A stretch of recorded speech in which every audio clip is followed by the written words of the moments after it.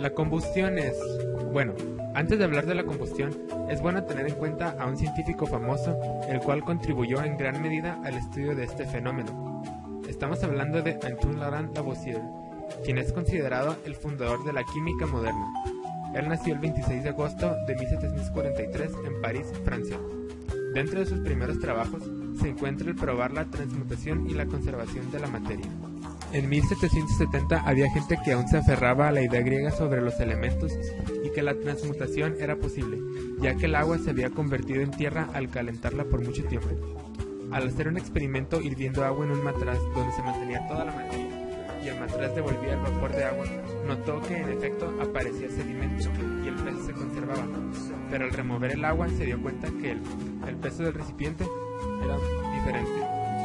Así descubrió que el sedimento era en realidad material de vidrio precipitado.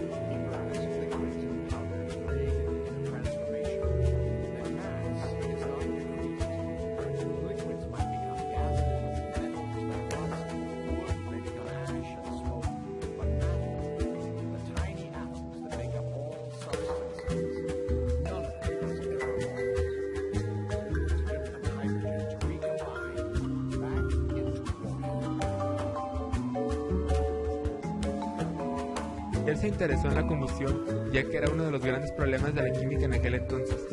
Experimentó con metales como el estaño y el plomo, en recipientes cerrados con una cantidad limitada de aire.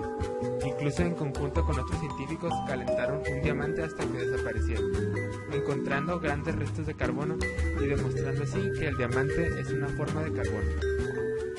En sus experimentos encontraba una capa de calcinado en los metales hasta un punto en el que no avanzaba más.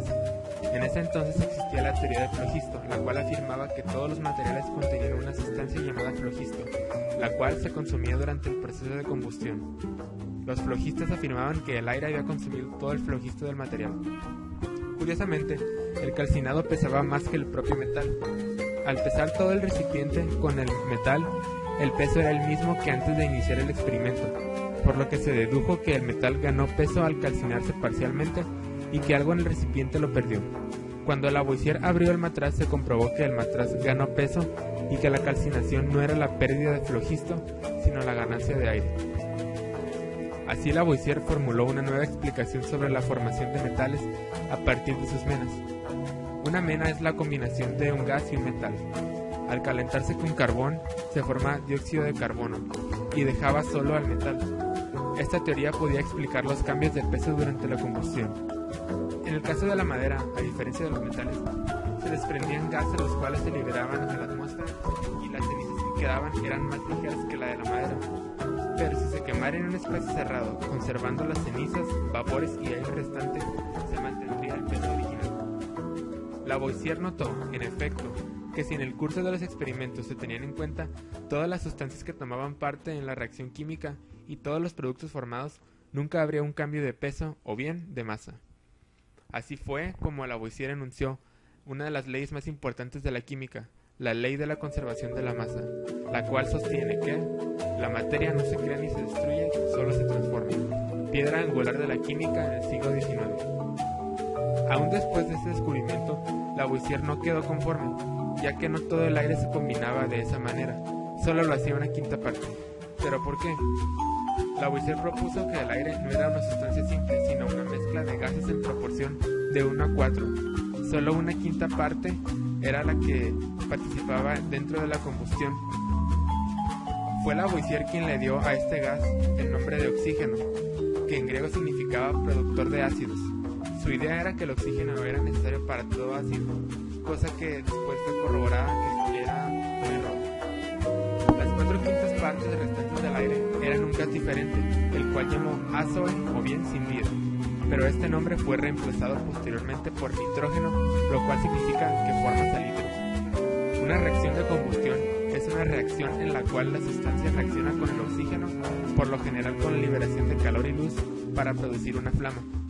Lavoisier estaba convencido de que la vida dependía de un proceso similar a la combustión, debido a la inhalación de oxígeno y desprendimiento de dióxido de carbono. Junto con su asistente Pierre Simon de Laplace intentaron medir, pero los resultados quedaron sorprendentes. Mientras, en 1783, Cavendish trabajaba con su gas inflamable y comprobó que los vapores producidos al arder, al condensarse, formaban un líquido que resultó ser agua.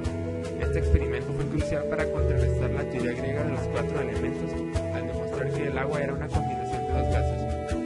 Lavoisier, al enterarse, llamó al gas de Cavendish hidrógeno, o sea, productor de agua, y dedujo que el hidrógeno ardía junto con el oxígeno y por lo tanto, el agua era una combinación de ambos. Estas nuevas teorías hicieron que en el futuro los químicos solo se interesaran en aquello que podía ser medido, y durante la siguiente década, junto con otros químicos franceses, como Louis Bernard Mouton, Claude-Louis Berthollet y Antoine-François de Broglie, elaboró un sistema lógico de nomenclatura publicado en 1777. Esta revolución provocó que se estableciera un sistema reconocido que todos pudieran usar, a diferencia de la alquimia, donde cada quien solamente entendía lo que ellos escribían. En este sistema se podía deducir de lo que estaba formado un compuesto a partir de su nombre. También se elaboró un sistema de prefijos y sufijos que permitiera conocer las proporciones de elementos. En 1789, Lavoisier publicó un libro llamado Tratado Elemental de Química, el cual aportó al mundo una visión unificada del conocimiento químico en base a sus nuevas teorías y nomenclatura.